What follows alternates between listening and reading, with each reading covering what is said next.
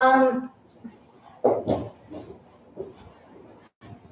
talk about Chinam Tabla Sorwabe. Oh, nice. What does it mean? Remembering the inner and outer matters of inner matters. What's an example of an outer method? Asana. Cool. What else? How we interact with other people. Yeah. How about inner method? Dhyana, pranayama, Meditation. meditation, vowel.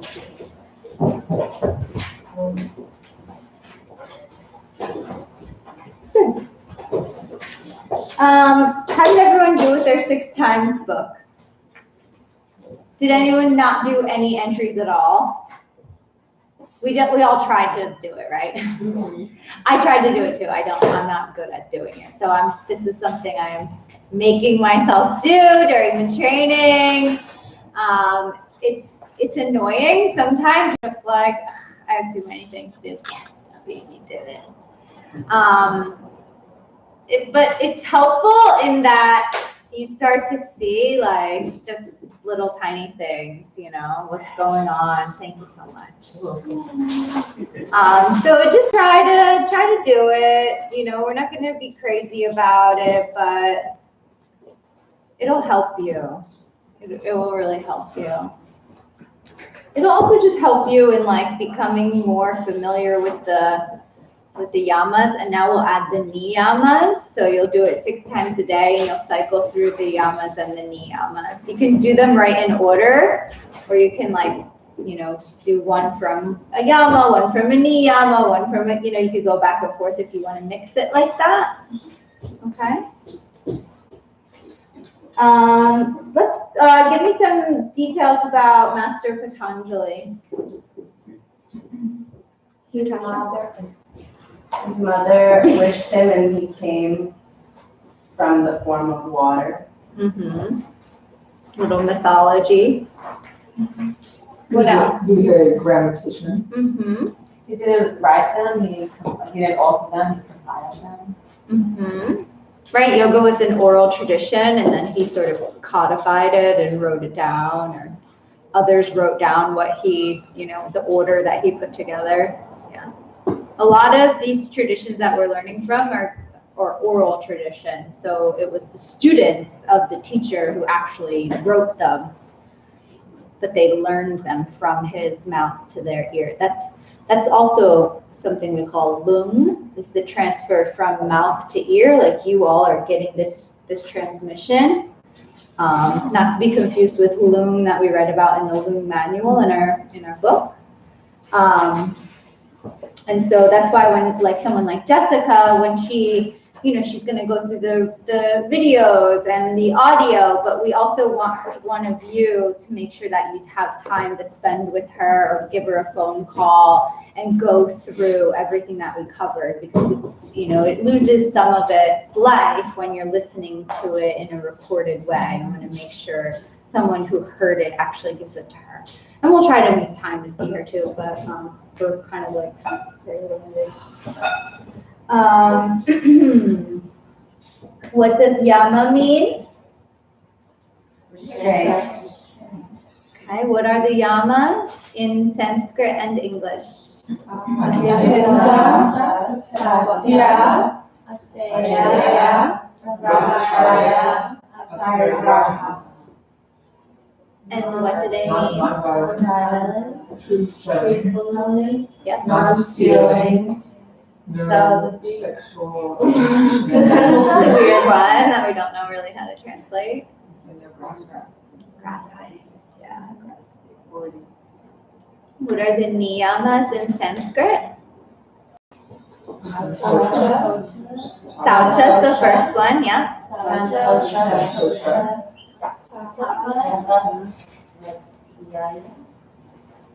Svadhyaya.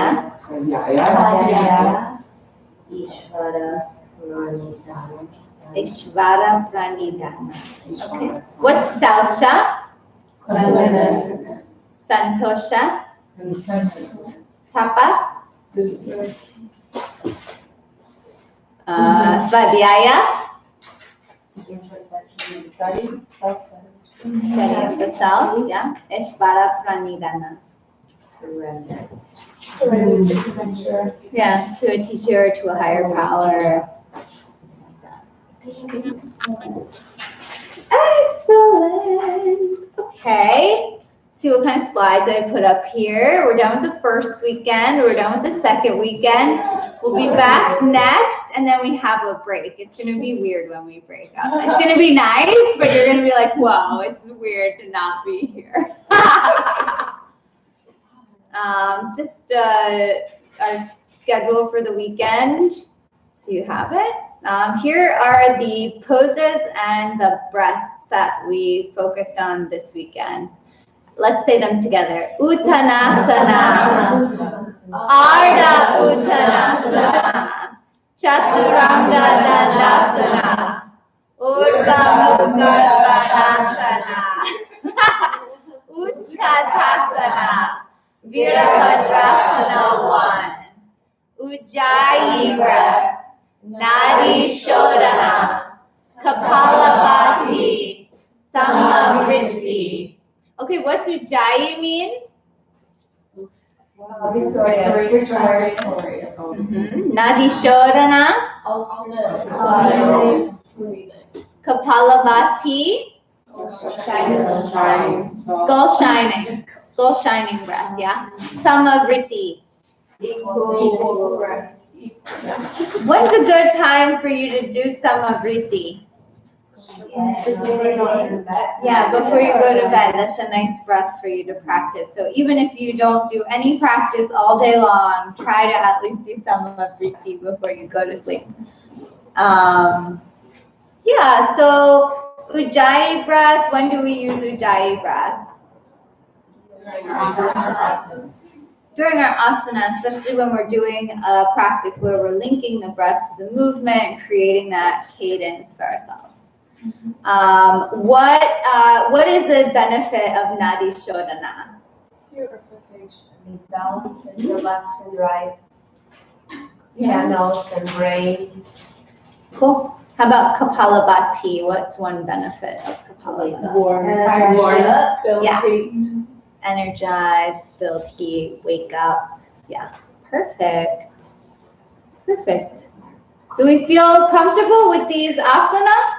I feel like we went through them a lot. And so what do the asana we've learned up to this point, what did they create? What sequence? A and B. Okay, so I wanted to just show you what the glottis is, where it's located. It's in the, it's right near the vocal cords here. This glottis open is when you're relaxed. Glottis closed is when you're making sounds, when you're phonating, I say, okay?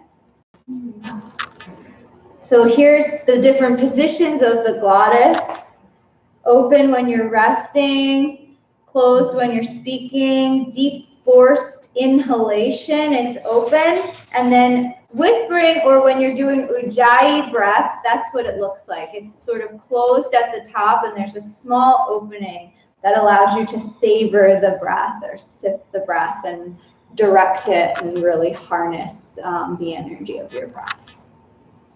This is from Yoga Anatomy, which is an excellent suggested book. Okay, open to grace. What are some of our cues for open to grace?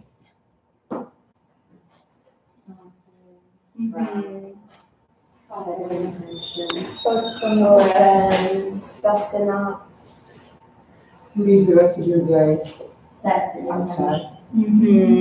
Outside. chill. Cool, chill, yeah. The second, principal muscular energy. This is like the primary energy flow. Any cues you can think of for this one? What's one specific one that Coco used this morning? Sure, engage Mula Bandha, activate Mula Bandha, squeeze the skin to the muscles to the bones. Yeah. Where does skeletal alignment come into the universal principles of alignment? It's a like a layering, right? So Is it ever mentioned specifically in the universal principles? yeah, sort of. We'll get there. We'll get there. Sort of like the gross forms of the pose is the skeletal alignment, and you can't really do anything except place your body in the correct posture. So there's no, like, you can't really do anything else with your bones other than stack them. So there's not a lot of like specific cues that you would give for bones. Universal principles of alignment is more like how we tell people, right? So activate, contract muscles to bones, draw into midline, engage the core, integrate. I like that one. Like I say, integrate your leg bones into your hip sockets a lot of the time. Or integrate your upper arms into your shoulders, and then feel your shoulders integrate into the core of your body. Like helping people to make those connections so they're not just like, these are my arms up in the air. Like, you know what I mean? Finding that solidity and that stability. When we instruct, we go global to local. What's the first thing we look for? Breath. What's good? And then we look for? Then? Basic form. Foundation. Yeah, basic form, gross form. I guess we should go gross form and then foundation and then specifics. Loops and spirals, we went over. This one is missing one of the loops, right? Which one is this loop? Which loop is missing? The thigh loop. And which direction does it go? Same as the red or the blue? Same as the red. Yeah. Good. Here's an image I found to help you with the vayus. So I'll put these slides in the drive so you have it. So as you can see, the light lime green prana vayu, it's coming down from the head, but it's more like you're breathing into your nostrils, right? And then feeling that wind move through the upper part of the body. So those like smaller arrows are directing into the lungs and the heart, and then you can think that extends back out through the arms. Okay, Apana Vayu is the dark blue at the bottom from the navel down and out, right? Everything that moves out of us, urination, menstruation, all of that kind of idea. The channels that we were told sort of come into our nose and then sort of hook up and then down. Mm-hmm. Does the central channel hook out, or does the central channel go straight up? The central channel should go straight up, and then you should exit through your crown. Okay. So the right and the left go like. Yeah, we're not talking about that now, though. We're talking about winds. So Udana Vayu starts in the belly, right? And it goes up. This is like if you're throwing up or having indigestion, that's Udana Vayu. And then Viyana, or let's go for Samana Vayu, the red circular in the middle. That's like the digestive fire, what's happening in the belly, the fire of the belly and the digestive system. And then Viyana, that brown line, it's what carries all the winds throughout the whole body. Yeah? Yamas and renunciation we already went through. Renunciation is like our thoughts that, this world is full of suffering and, there has to be a better way. What can I do? Let me start with morality and ethics, right? The wish, the niyamas and the wish is for the enlightenment for all beings everywhere. And we talked about Hinayana, which is more practice for a better rebirth or to reach nirvana. Mahayana, practice to help everyone reach enlightenment. That's what the wish is. It comes in when you move to Mahayana, Buddhist practice. And then Vajrayana is the diamond vehicle. How can I get there as fast as possible, right? I want to get enlightened in this lifetime. I know that there's not enough time. I need to defeat death. So that's why we engage inner and outer methods, and we kind of learn all of that. So yoga is part of the last one, the yogis. Yeah. Philosophy. Yoga is a tantric practice. It's part of the Vajrayana method. Yeah. Let's just go over Patanjali's Yoga Sutras. Cornerstone 1, Samadhi Pada. Everyone say Samadhi Pada. Samadhi Pada. The chapter on meditation. We're going to learn about taking a teacher next week, the 5 paths of the spiritual seeker, and then normal obstacles. Cornerstone 2, Sadhana Pada. The chapter on the way. 4 Noble Truths. Ashtanga, but not all 8 limbs. We're just going to go into the first 5 limbs. Yamas and niyamas, asana, pranayama, pratyahara, which means withdrawal of the senses and turning inward. Okay? Meditation and daily practice and the 5 major afflictions. Cornerstone 3, Vibhuti Pada.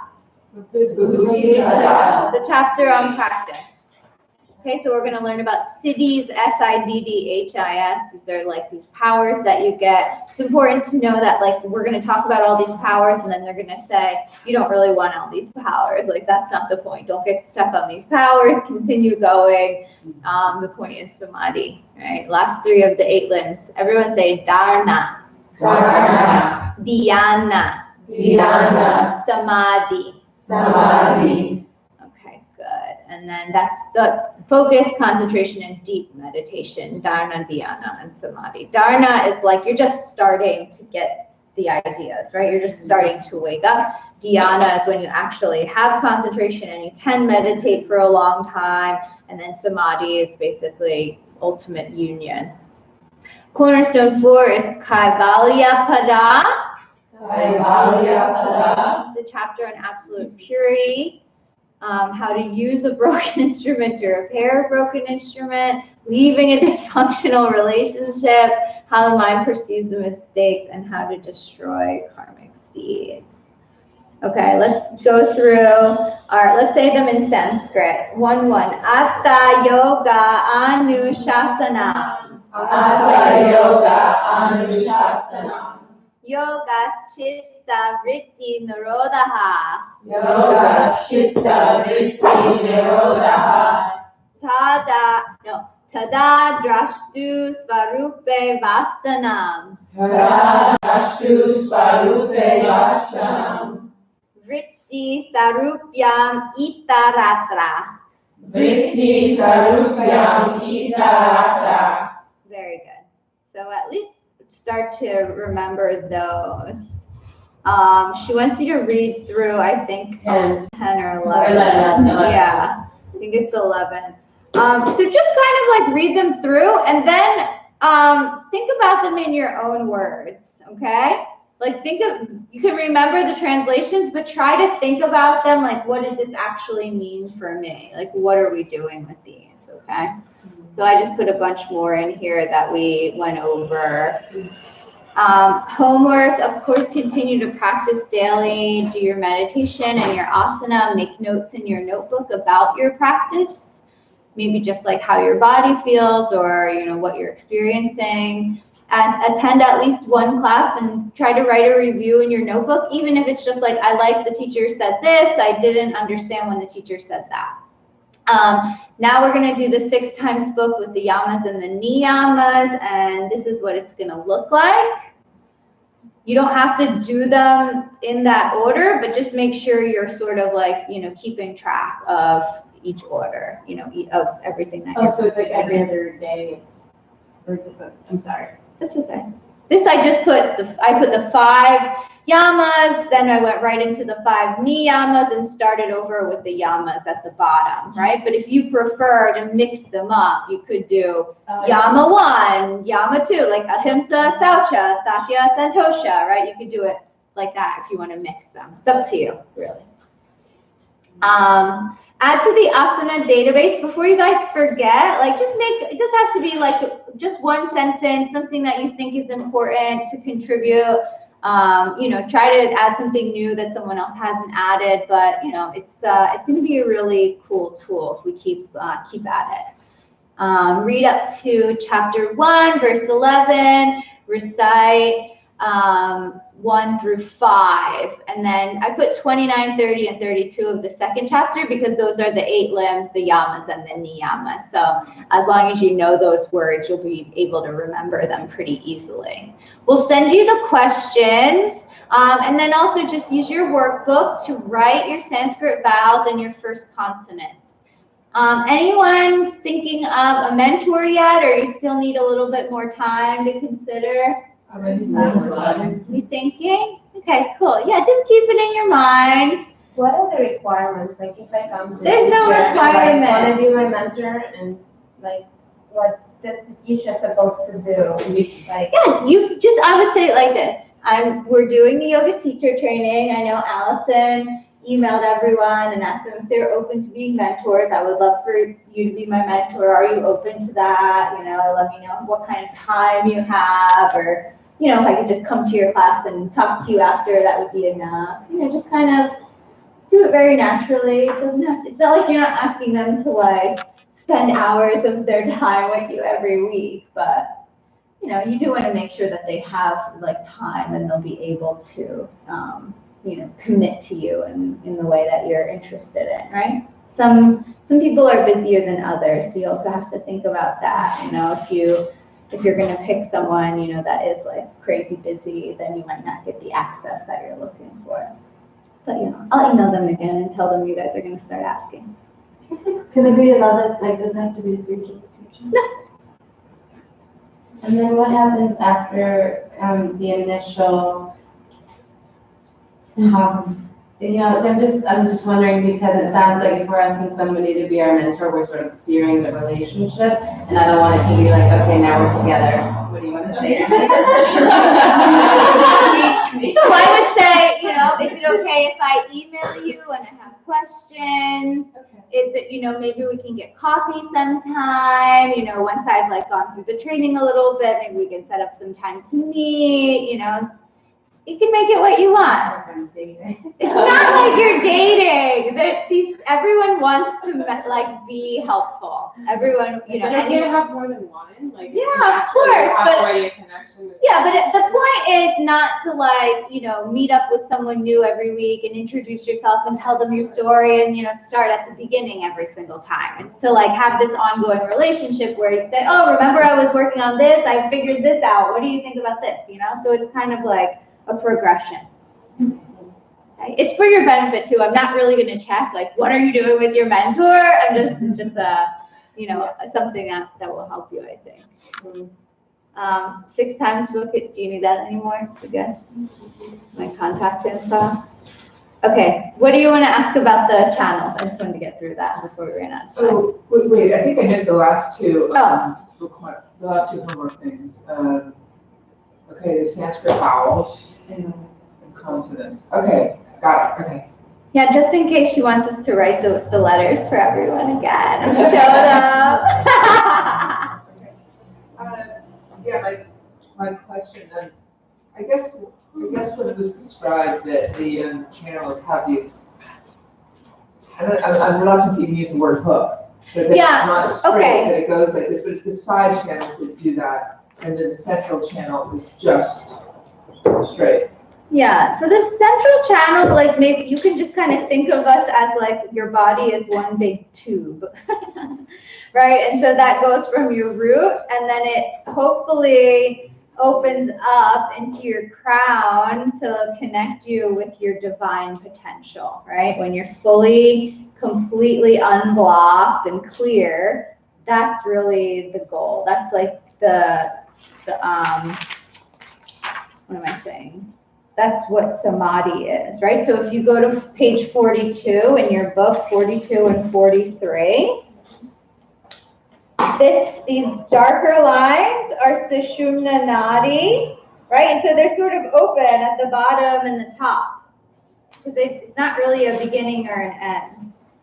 The side channels are connected to the nostrils, right? So when we're talking about visualizing them, we say, you know, imagine moving up your left channel, hooking over your brain, around the back of your skull, then coming down in front of your spine, traveling down. When it gets to your root, it hooks back up and it meets in Triveni, right? Triveni, which is actually not the very root of you, not your pelvic floor. It's like 3 finger widths up. It's the space between where like your navel is and your your pelvic root is. Okay, so it hooks in both at the top and bottom. The left, Yeah. the Pingala and the Ida and Pingala. both hook at the top and the bottom. Yeah, which is Ida and which is Pingala. Pingala is the right. Yes. Is left. Very good. Pingala is pink. It is not. So basically, the goal is to untie those chakras and straighten them up. So the chakras, you're not untying the chakras, you're loosening the channels away from, like think of if you had a very tight knot, right? It's 2 shoelaces tied together, and then there's like this congestion, which is the knot. Except when you release the shoelaces, then there's just the shoelaces. There's no more knot. That's like a chakra. Like I wonder if I have a picture of it. The side channels, basically, as they travel up, they cross the central channel, right? At the pelvic floor, it's Muladhara chakra. Coming up, it's Svadhisthana chakra. In the middle of your navel, it's Manipura chakra. Anahata chakra is here, okay? So let's look at Anahata chakra. Here, instead of just crossing once, the side channels cross 3 times over the central channel, and it creates this choke point, which is the chakra. The place where they actually cross the location is the chakra. So we're moving our winds through our body, and we're moving our winds out of our side channels into our central channel so that we can loosen the knot, so that we're not obstructed, we're not afflicted. And right, these different chakras, these energy centers are related to different issues in our life, right? The root chakra Muladhara relates to security, to just like basic kind of like survival stuff, right? So like if you're homeless, right? If you don't have enough food to eat, right? You're probably having like this issue in here, the root, the ground level, the earth element. Right? When you move up to Svadhisthana chakra, that is related to creativity, right? It's around our reproductive organs. So it also has to do with sexuality, right? Creativity in the forms of creating people, right?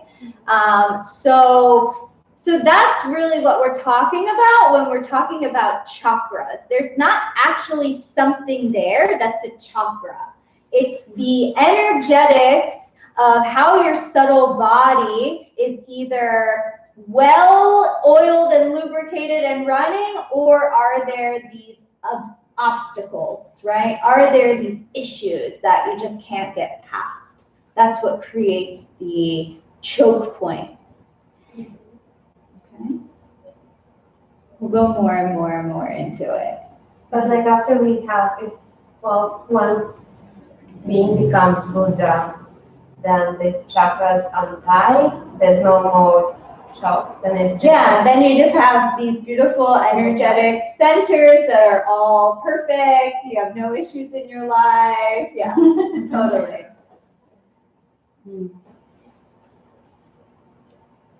What do you have for us? He's got a diagram. Yeah, pass that one around. That one's nice. Yeah, the Ida Pingala. Pingala in the chakra. And just so you know, there's different schools of thought about the chakras, right? So, so I think that Coco has learned different chakras than I have learned, perhaps. So we might have like different names or different locations when we're teaching them, but this is just all part of, you know, the subtle body. It's not actually there. You can't cut open a person and see their chakras and their channels. It's part of the energetic flows. So it's all sort of, you know, imagination in some way and theories. So you kind of have to just keep learning and see what, you know, what makes sense for you. Can you post that picture on the WhatsApp too, Heather? Yeah. Thank you. I have one question. Sure. So you talked about the 3 different philosophies of, was it Hinayana. Hinduism No, or that's Buddhism. Buddhism? Hinayana, Mahayana, Vajrayana. Okay. I asked Natasha too, what is tantric? I'm sorry, probably a lot of people know what it is, but No, it's okay. I just don't know. Tantra just refers to esoteric practices of utilizing inner and outer methods for enlightenment.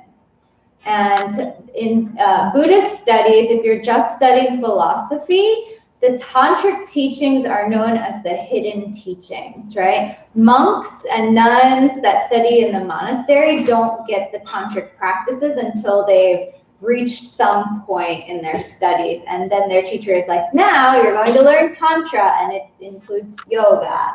But yoga practitioners, it's basically we're already learning tantric practices. So the ones you were talking about were the Mahayana, is like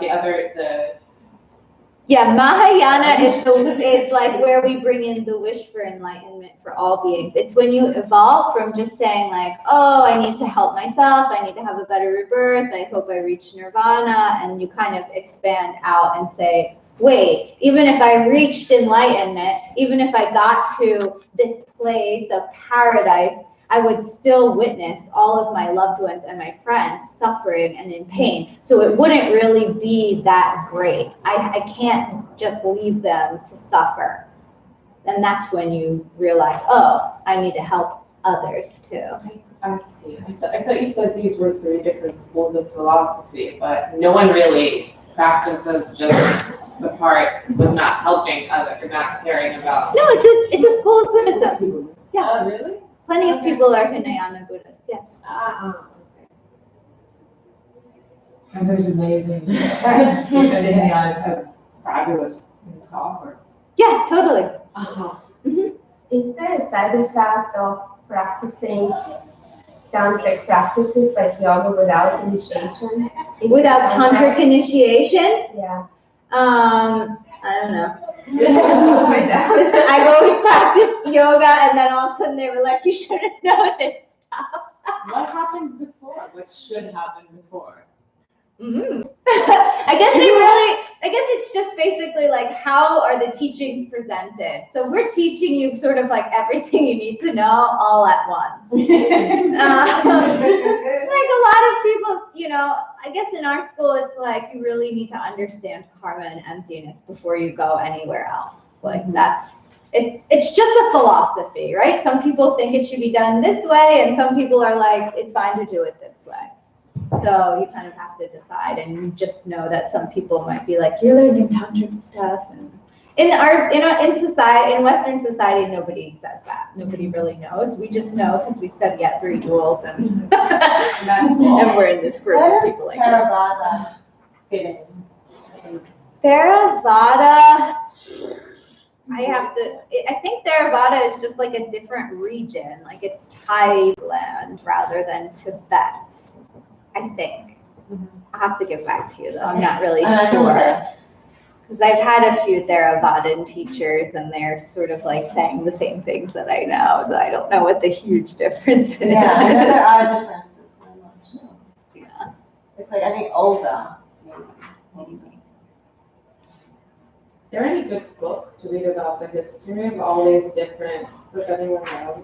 Yeah. Like, We'll give you some good. because I can go on Wikipedia and read, but I think it'll be nicer to. Yeah, I mean, that's a good place to start. Start with like the history of Buddhist thought Yeah. and see how it develops. And yeah, we'll find a good book if you want to really go into that. The ACI classes. Of course, you can start the ACI classes, Asian Classics Institute. That's just Dharma. We teach it at 3 Jewels, just like Really? 2 hours of Dharma and philosophy. We'll be starting ACI 1 probably in the next month, 2 months. Yeah, I think. And then we have a bunch of study groups. Can you go all the way back? Like, Yeah, we're starting over at 1 because we just finished the entire course last year. There's 18 courses. But if you're interested in that, we also have groups of people that are doing self-study. I think Leah and Mila and Heather know who's kind of like getting into that, so we can check in with them. Great. You don't know? I don't know. Oh. Any other questions? I just have one thing for Maya and anybody else. Mackenzie, who works at 3 Jewels, told me about this super cool website called the Knowledge Base. I don't know if you guys heard of it. And there's a bunch of lectures and like pre-recorded texts that we kind of like treat them as podcasts, and you get to have some stuff on there. It's really interesting and some of it's really sweet. So I can put that link on the website. Yeah, the knowledge Yeah, base yeah. is where you'll find all of the ACI courses that you can do on your own time. You can kind of do it yourself. All of his classes are recorded. There's the homework, there's the quizzes, there's that.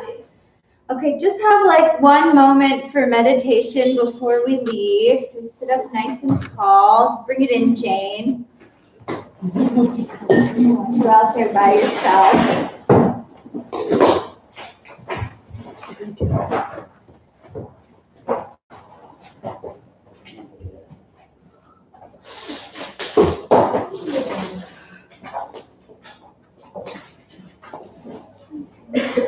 Find a comfortable seat.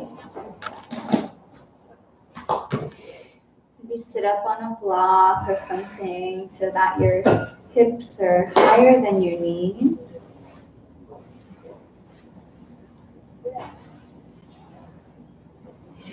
Allow the connection to the earth to let your spine lengthen up.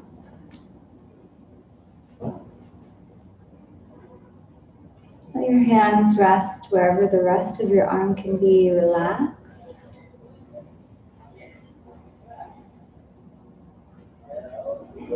Shoulders brought down away from the ears. Neck long. Letting your gaze, if your eyes are closed, direct toward the bridge of your nose. If your eyes are open, then maybe just focused on the floor in front of you.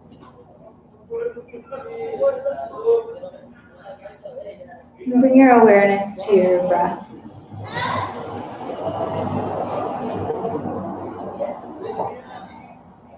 Follow your exhale completely out of your body and allow yourself to feel the earth below you.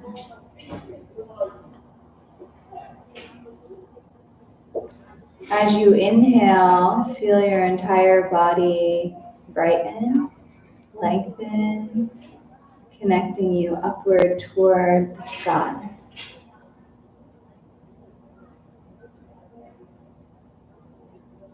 On your exhale, notice any tension that you might be holding around your eyes, your mouth, your shoulders, your hips, and just let it release down into the earth below.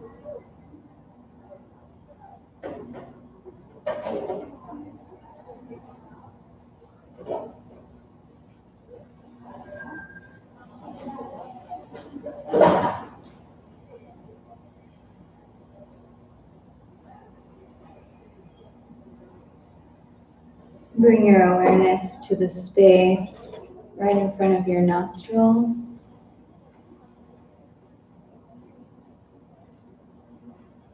Notice the breath moving in and out of your nose.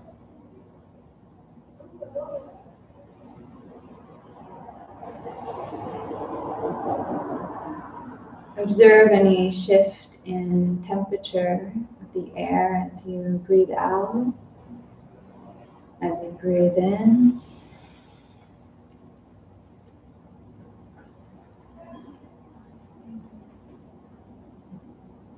And follow your breath as if it was on a pathway through your body. Maybe seeing your breath as light or as a certain color. As you draw your breath in, follow it into the nostrils, down into the cavities of your lungs. As you breathe out, feel your entire body empty. Follow the breath from the lungs up and out through the nostrils. Just a few breaths following the pathway of your breath, visualizing it in any way that feels natural to you.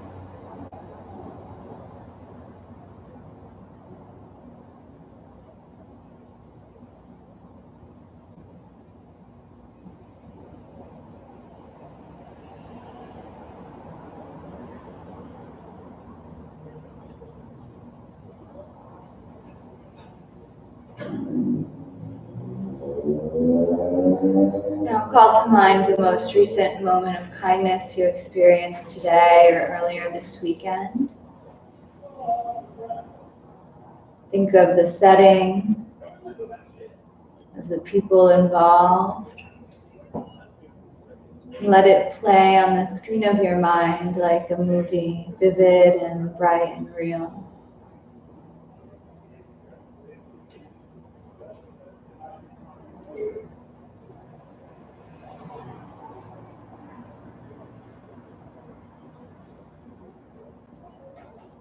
Remembering this kindness, let the rest of your body feel it too. Let the corners of your lips turn up. Let your heart feel warm. Feel the fullness of that moment, contentment.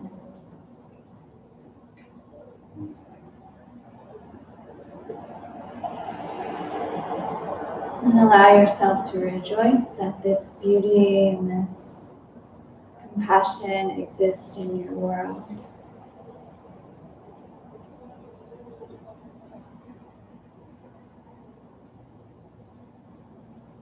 Now call to mind that person who you would like to share this beauty, this kindness with.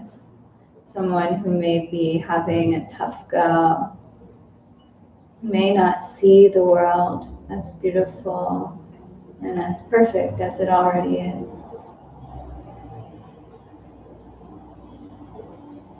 Bring this person vividly into your mind.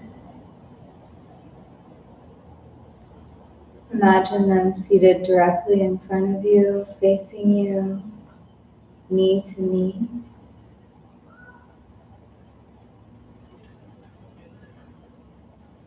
And then give this kindness, this beauty, this compassion to them, as if it could be transmitted from your heart directly to their heart, maybe on a beam of light.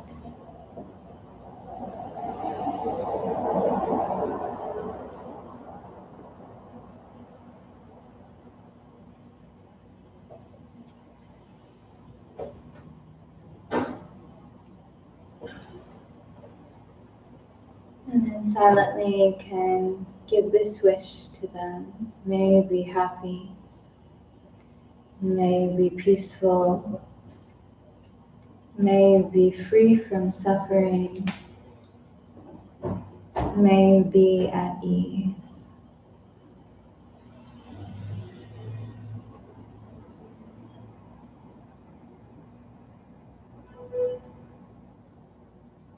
And see them transform in some way. Maybe just bringing a smile to their face or a softness to their body.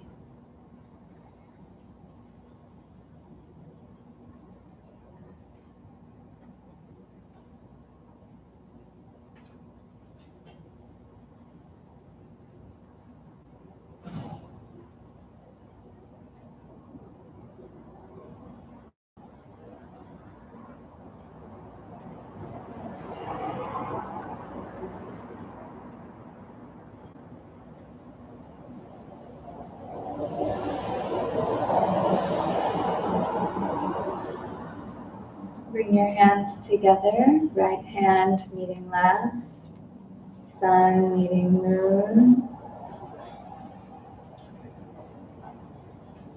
We'll close together with 3 chants of Om.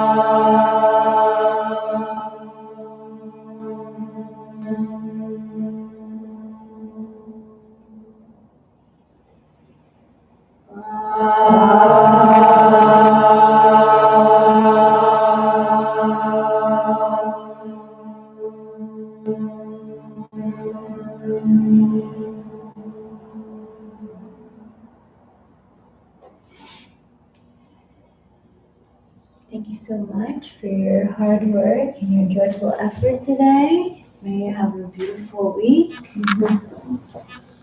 Thank you. Thank you. Thank you for coming. Thank you for being here. Let's support Jessica as much as we can. She's gonna have a lot to catch up on. And Ryan, so you made Yeah, I do. Excellent. Reading on Tuesday, if you're available, yeah. I will be here. You won't. I listen to you guys.